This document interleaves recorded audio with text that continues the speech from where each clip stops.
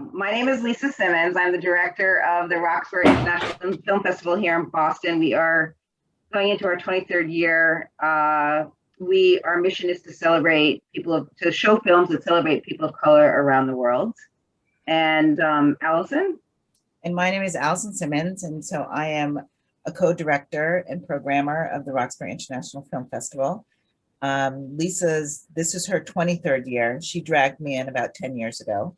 Right. So I went from being just a taxi driver to doing more of the programming and selection of films. So you drive in the arts now. Yeah. Right. So we're really excited to be here with you today and have this quick conversation about the film, about you all, about your work.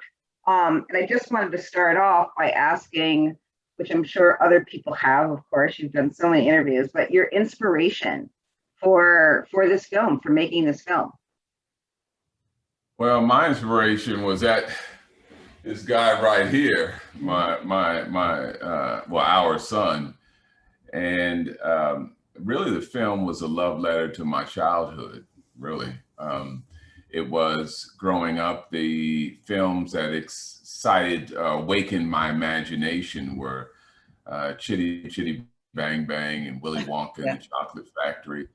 And so even The Wiz a little bit later on, but those were the films that we would watch. We would get the family together on Thanksgivings, and of course, there was no streaming platform and no DVD, so the movies came on once a year.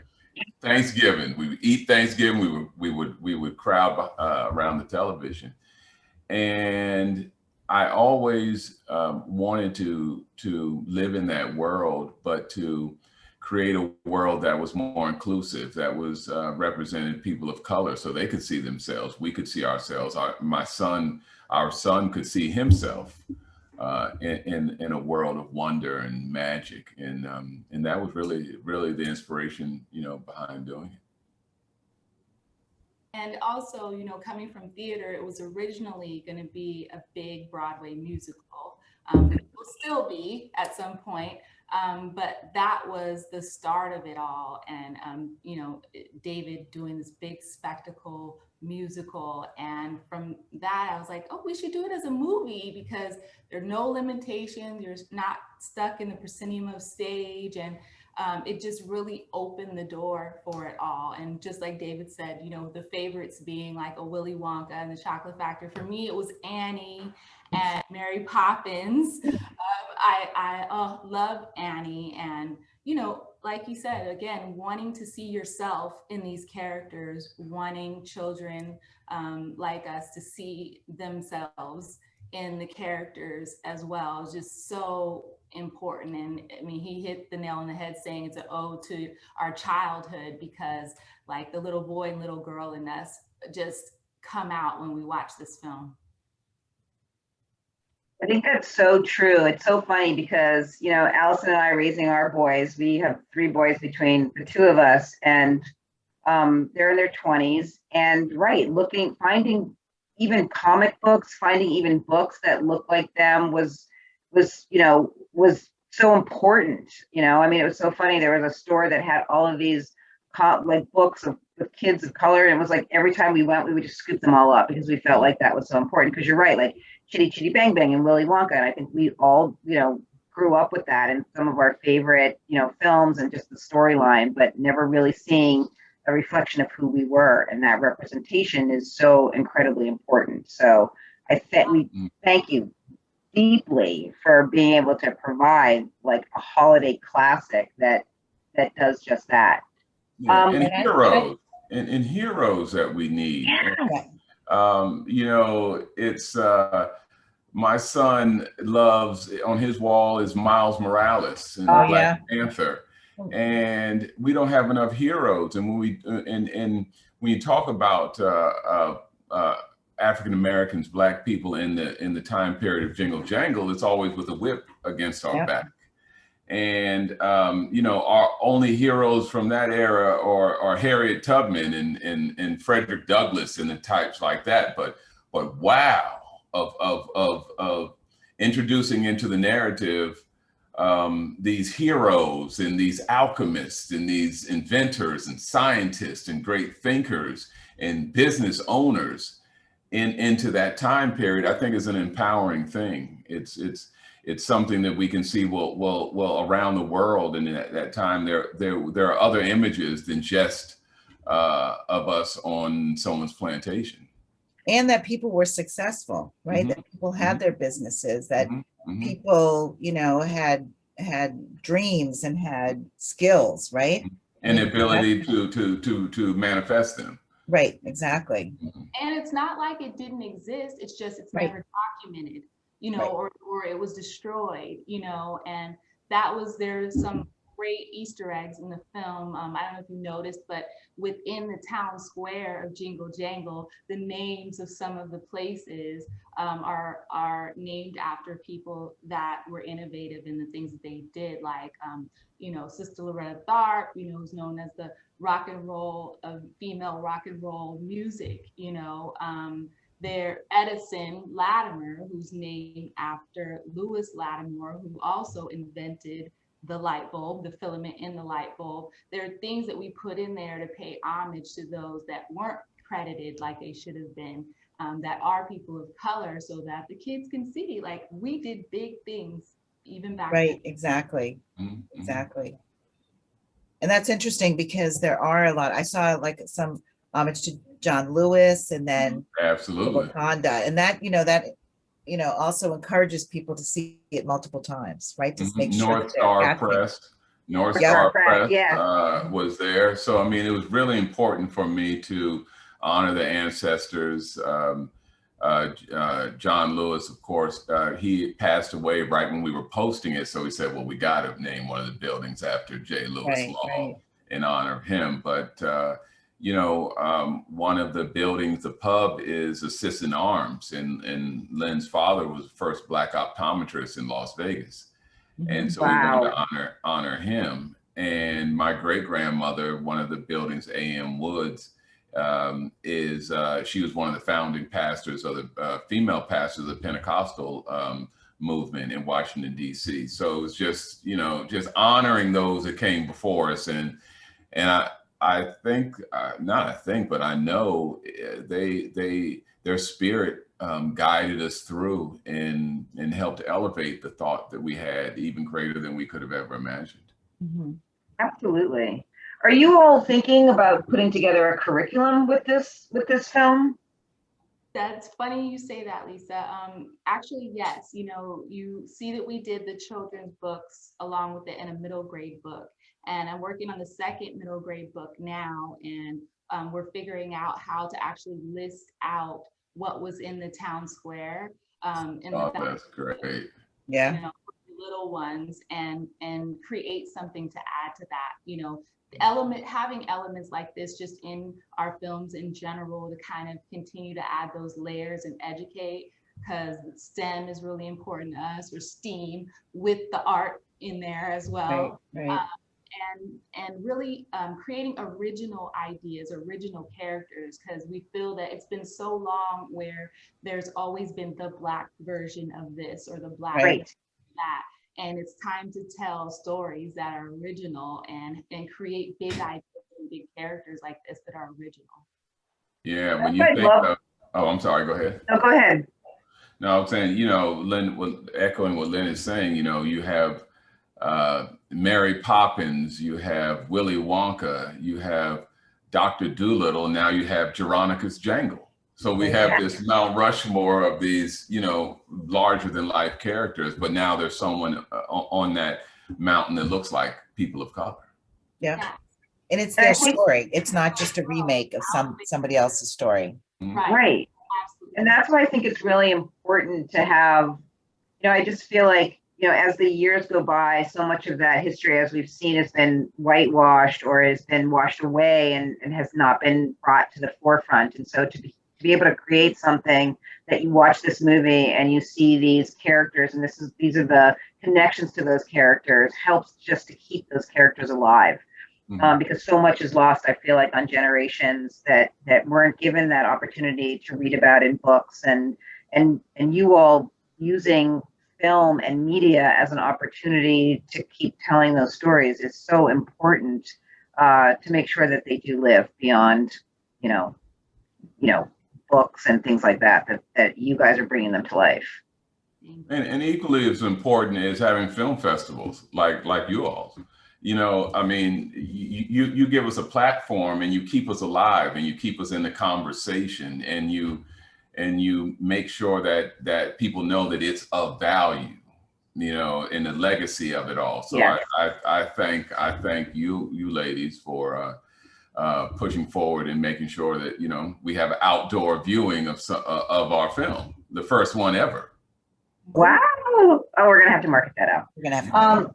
So see, everyone who was here tonight, you were like the first. This is like the first of the first that you've seen a big outdoor screening of Jingle Jangle. Mm-hmm. I'm curious about sort of like when your film came out and the whole, you know, life changed, racial reckoning, COVID-19, and here's this exactly when we needed this incredible, joyous, beautiful, Colorful Black people film.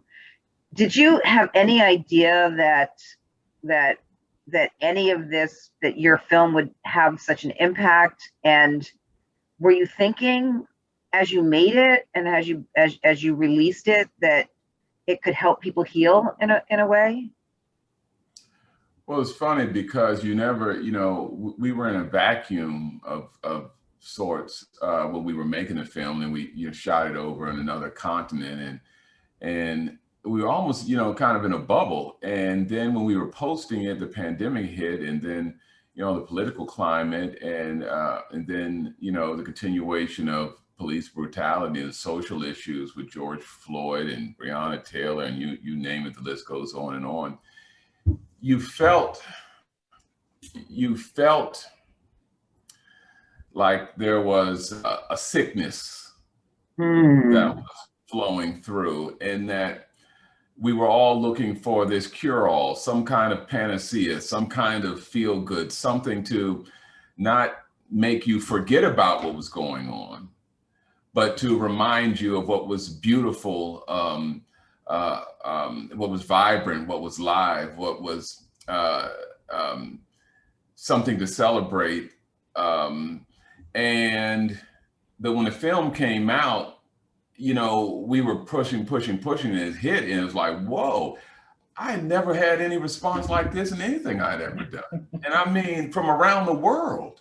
And people that I hadn't heard from were blowing up my phone and blowing up my social media. I'm like, wow, they really like this. And I'm like, wow. And then the NAACP came out, the most nominations ever, 10. And we won the Oscar shortlist for 5 categories. And then I'm like, what? Then we, you know, Rotten Tomatoes just nominated, they gave us we won for the highest rated, the best reviewed family film of the year. I'm like, well, wow.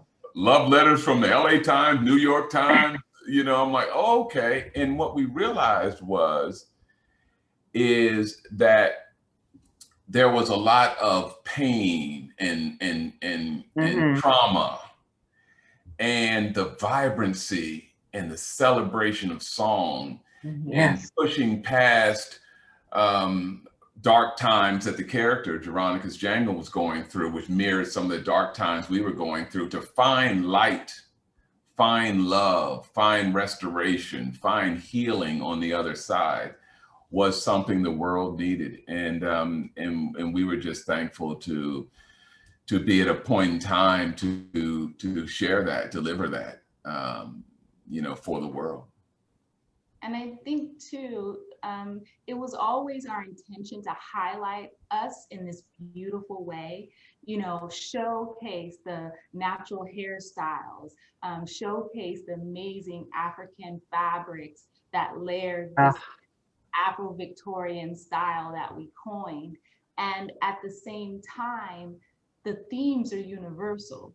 It's to kind of put in the forefront that we all want the same things. We want love and hope and opportunity, and if you can sit with anyone and watch this, but at the same time you see how we are highlighted and honored and proud and filled, you know, with so much with what the film gives. And it was special, the fact that we didn't know all of this was going to happen, the social unrest, the pandemic.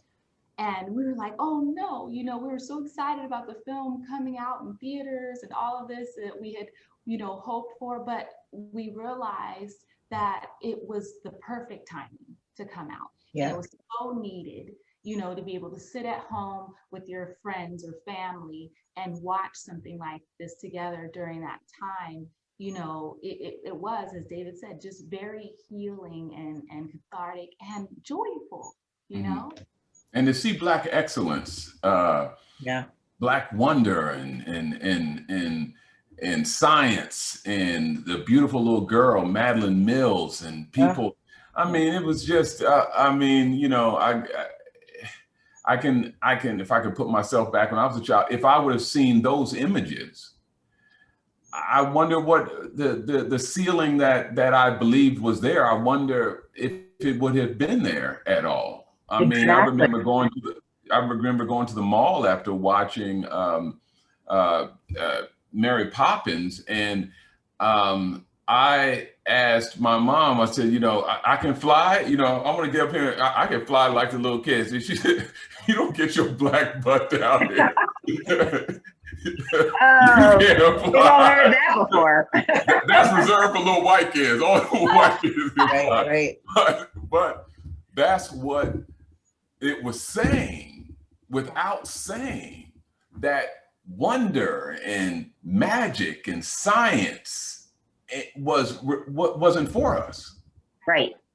We were never included in that conversation or in that narrative. Right. Although we knew it, but we were never. And what you are, you know, you are what you see. You become what you see, right? And so if those barriers are there and you never see it, then you never believe it can happen. And I think that that's what's so important about this. And like I also say, the costumes, the colors. That's all Lyn right there, and Michael Wilkinson. That's all. Oh my gosh! And it's like this ode to Africa, right? It is like what you did and what you created, and then I was reading about what you did with Felicia Rashad's wig and how you wanted to pay homage to Toni Morrison and Lena Horne. It just all comes through, and the thing is that it washes over you, and you don't really know it until it's over. And then, as Allison, who's watched it 150 times, will tell you, it's just you don't even know that why you're feeling this joy, but you feel it.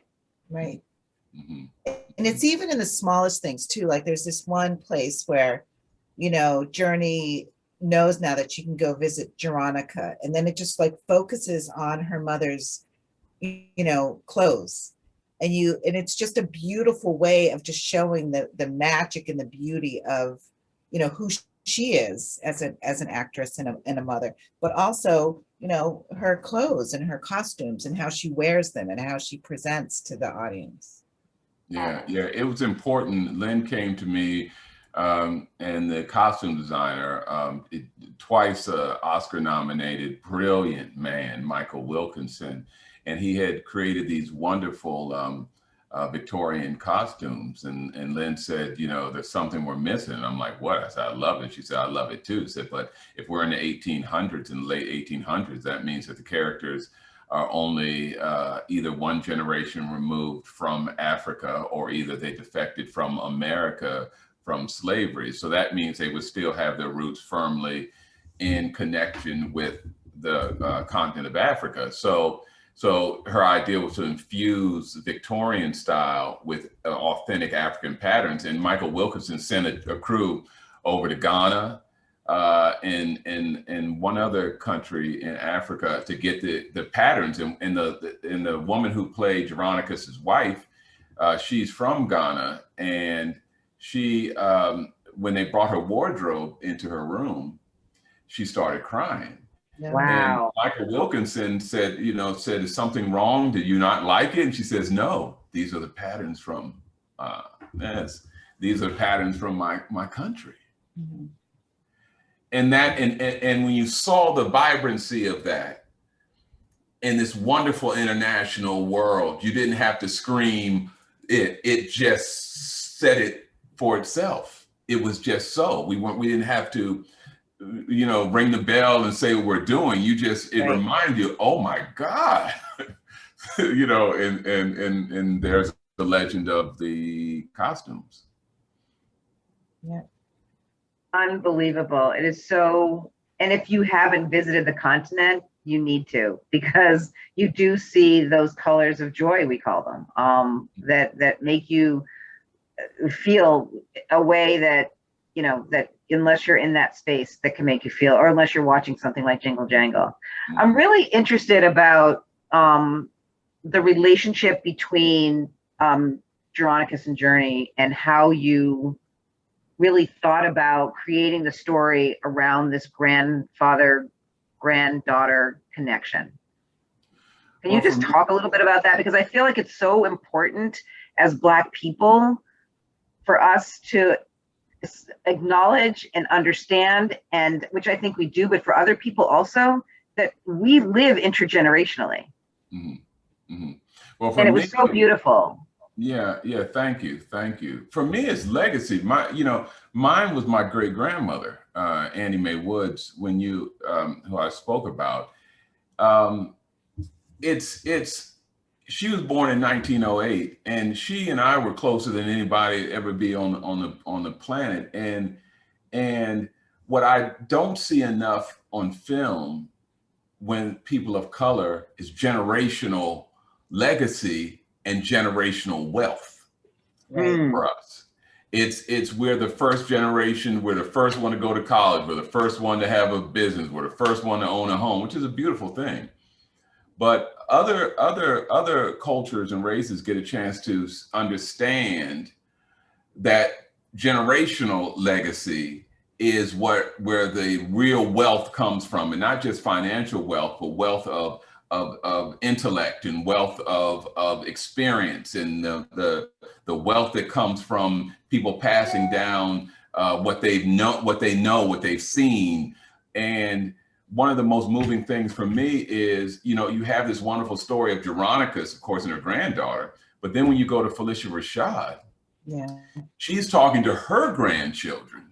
Right. And they said, is that Jeronicus's factory? He says, yes, it is. So Jeronicus Jangle is our she says, great grandfather.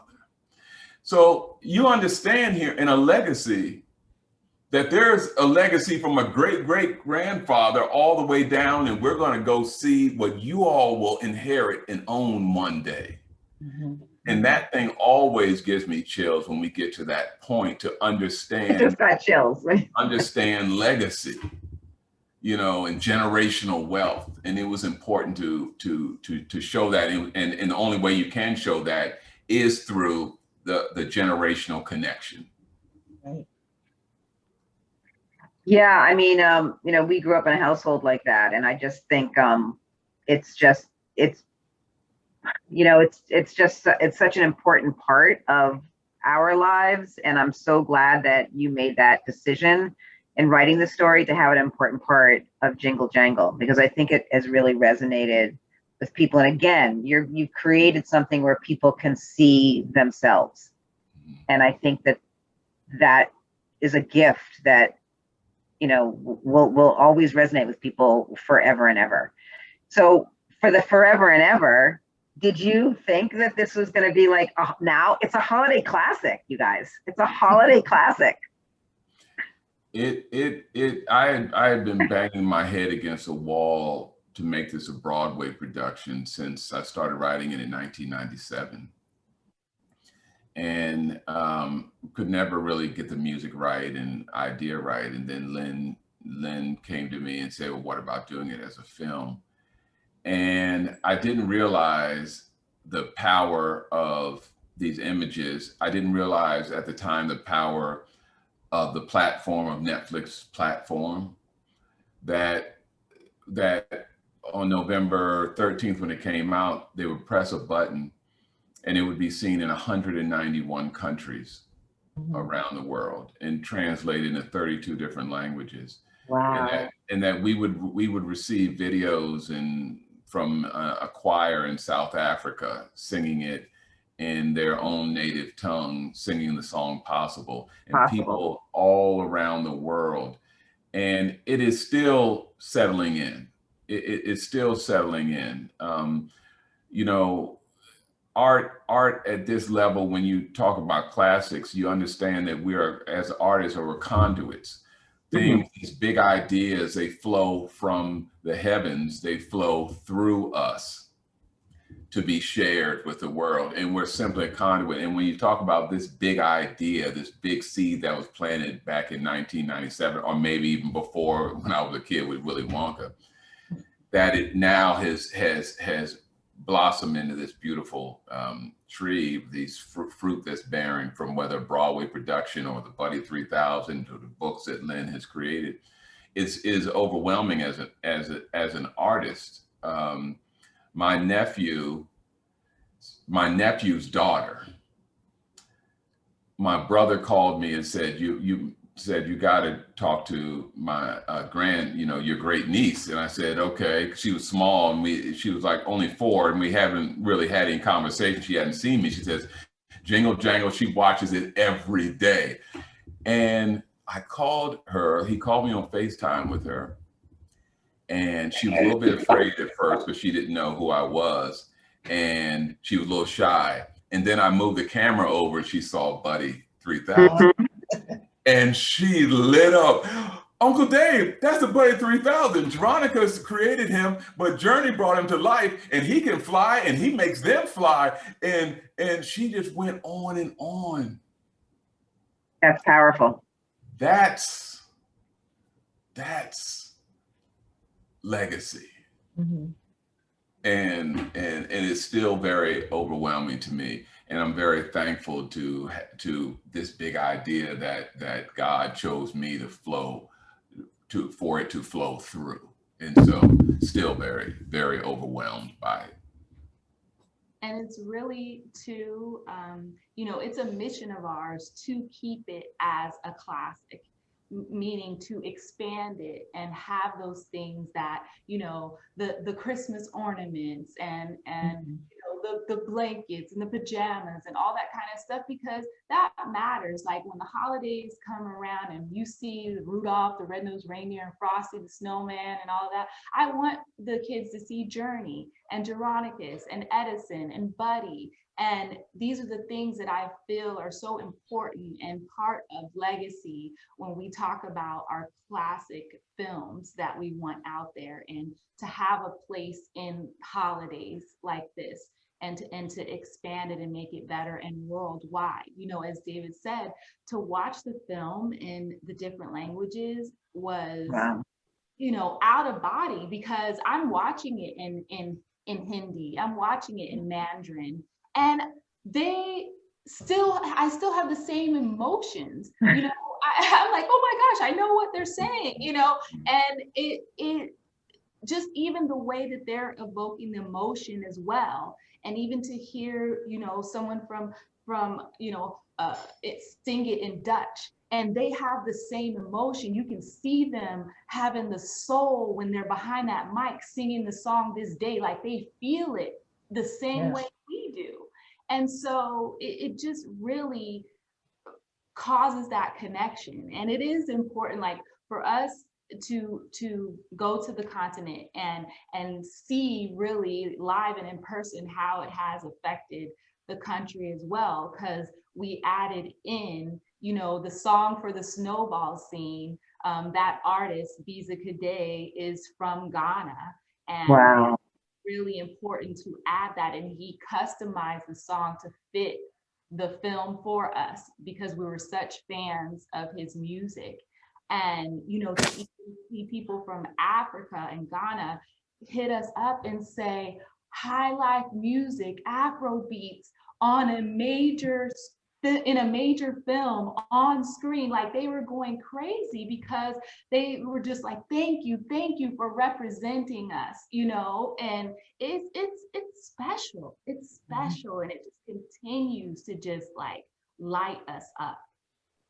That's it, is providing opportunity. But as you both are talking, and you're talking like 1997, I mean, you're Geronicus. I mean, you're like persevere, like it's perseverance. Like, I'm sure that you both of you fell down, got up, like you believed in this movie so much that it had to get made, whether it was a Broadway, and I do want to see it actually. I think we all want to see it as a Broadway play. I mean, it's And you just can like, see there are elements in the movie. oh that yeah, are oh very absolutely, you can see that.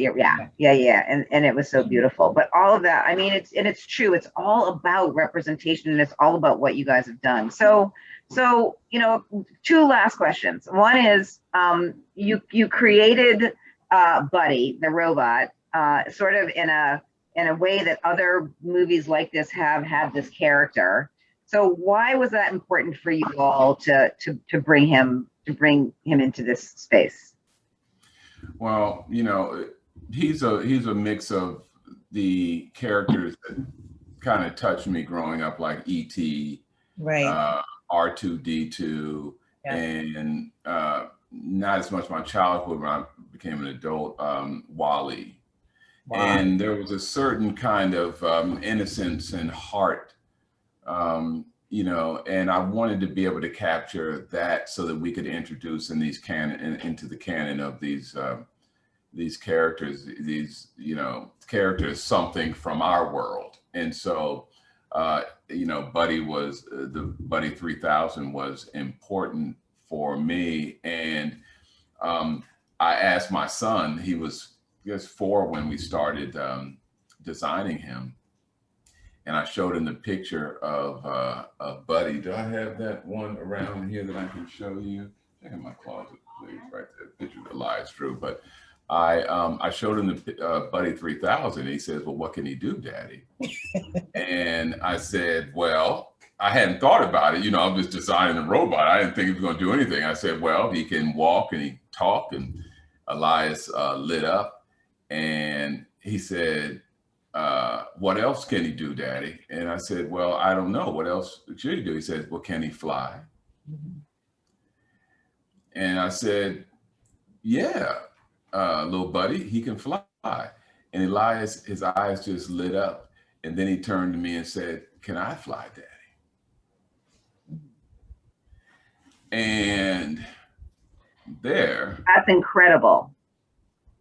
Is when I made him make the other ones fly. And I wanted him to see and know that, yeah, little buddy. I said, "Yeah." I said, "You can fly too." And that's how that got into the film. Yeah. Yeah, excellent. And again, the way the film just resonates with so many different generations, right?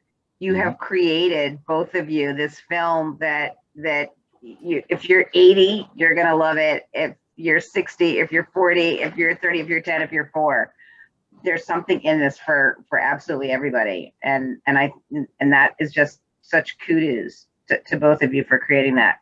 Thank you. I do have a question. I have a question. So I'm just curious about the casting. I mean, I think that everyone in there was just like fabulous, you know, and I'm just curious about Forrest Whitaker too, because, you know, you always see him in these kind of dramatic roles, or you see him in Star Wars, and, you know, he's got like the characteristic lazy eye, and then all of a sudden you know, it's not there anymore. It's like this totally new person who can sing and who can, you know, who can play this role as like a father. And so I'm just curious. I just think that was a great choice. It was not something I would have ever thought of. And I also am curious about the young girl who plays Journey. Well, Forrest, I've known Forrest for maybe like 15 years. We had talked about doing a project together.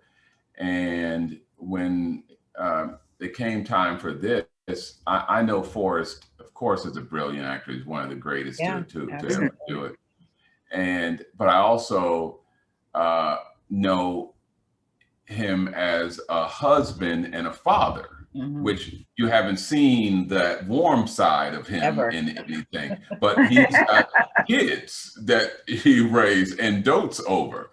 And I knew that for a character like Veronica's Jangle, for it not to be a caricature, that we needed someone who would give it humanity. Yeah.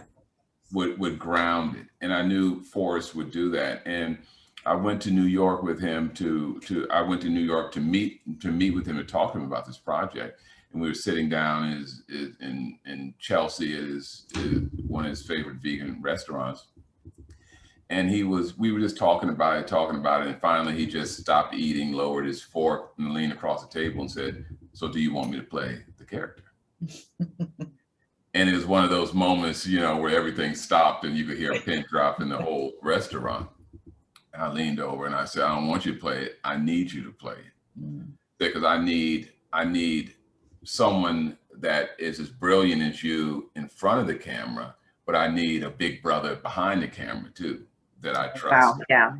And he leaned over, reached his hand out and said, "I'll do it." And that's how he got cast in the movie. And it was that kind of spirit that, you know, from Keegan Michael Key to Anika Noni Rose to Felicia Rashad, I mean, you know, Ricky Martin and Hugh Bonneville, and then we discovered Lisa Davina Phillip in London, who plays Miss Johnston. Oh yeah, she's great. And Kieran, who plays Edison. It was for his birthday, he asked his family could he go to his first audition, and we cast him in his very first audition. Oh my gosh, what luck is that? That's totally the lottery. Yeah. And then Journey, we did a international talent search for that character, and months and months, and you know, Lyn, I would say maybe this person, Lyn would say nope, Lyn would say maybe this person, I would say nope. And finally we whittled it down to 5 people. We flew to New York, and they scoured to get the best of Broadway. And here was Madeline, and I was at the hotel because Philip Lawrence and Davy Nathan, the songwriters, were going there earlier to see who could sing, and then I was coming to look at the acting. And so they called me from the hotel and said, "You don't even need to come, bro, because we know who Journey is." And I thought it was going to be another young lady that I thought. And I said, "You know, is it her?" He said, no, it's Madeline. And I'm like, "No, I'm coming down there and see it." He said, "I'm telling you, you don't even need to come." And so I came there and walked in, and that little girl stole my heart from the moment. Oh, absolutely. Oh my God, she does. I mean, I think it's so true. You definitely had the African griot spirits with you. Your other, you know, you had so, I mean, it just shows itself in this film. And, you know, we can't thank you all enough for allowing us for it to be part of RoxFilm. We're really excited about that. One of the things we want to know, and I'm going to start with Lyn, is like, what do you want? So we're thinking that we're going to sort of cut this up a little bit and then ask this question before the screening. I want to know what you want people to know before they see this film. That's a good question. I don't know if I'd really want them to know anything. I want them to discover. You know, I think that's the fun in when you go to sit down to be entertained, is the extra that happens. Like, not only are you entertained, you know, but you're filled, you know, with joy and hope and love. And I just hope that it makes people, and this would be after, because I don't want them to have this, be thinking about this while they're doing it, but I just want them to feel good and want to share that moment with someone else, you know, want to talk about it, want to sing a song together, want to, you know, watch it again together and see what they find. I just think the experience that you gain after what you're not having an expectation is what's so beautiful. David? I guess I want people to know that I did everything Lyn told me to do. Oh, that we know, David, that we know, that's a given. As the director, you know, anything she told me was the right thing to do, that's what we did. So you see my fingerprints on it, my name, but you see this woman's fingerprints on everything, and helping to evolve this thought and make it the best version of itself. Well, we are going to do our best continually, not just after this screening, but throughout the year, to promote this, to do screenings after this to say, what did you find? What did you know? Did you know these little gems happened? And I know Allison will continue to watch it 3 times a week. So. Share with us, and we can do this every year. Why not? This is about Exactly. And our you know, our classics. So hey, we'll keep revisiting it every year and talk about it. All right. Well, thank you so much for giving us so much of your time. I know you're crazy busy, but it was we feel really blessed and lucky to be able to sit down with the both of you on such an incredible film. And we wish you the best of luck on your next thing. Is there a next thing? I know, doing hand people asking that. Is there a next thing? You've got this thing that's taking up all of your time. I know. Oh, it's Broadway. That's right. It's Broadway, right, Lyn? Broadway for sure. Broadway for sure. And we got a few things in the vault that, you know, we're putting some touches on and mixing up. So we'll see what comes to the surface. But we'll definitely share. And we thank you, Allison and Lisa. So much. That would be great. Yep. We'll take some pictures so you can see what it's like. Yes, we'll take some pictures of the outdoor screening. Absolutely. Thank you. Absolutely. Such fans of the film and of the work, and you know, it means a lot to us. It's you guys and our audience that's just been so supportive throughout the years, and it means so much, and we appreciate it. So thank you. Welcome. Well, thank you both. Thank you so much. All right, I'm looking forward to the pictures, the scripts, and everything will be on their way. And thank you, ladies. Okay, great. All right, thank you. Have a great afternoon. Thank you. Have a great afternoon for you all. All right. Take Bye-bye. care.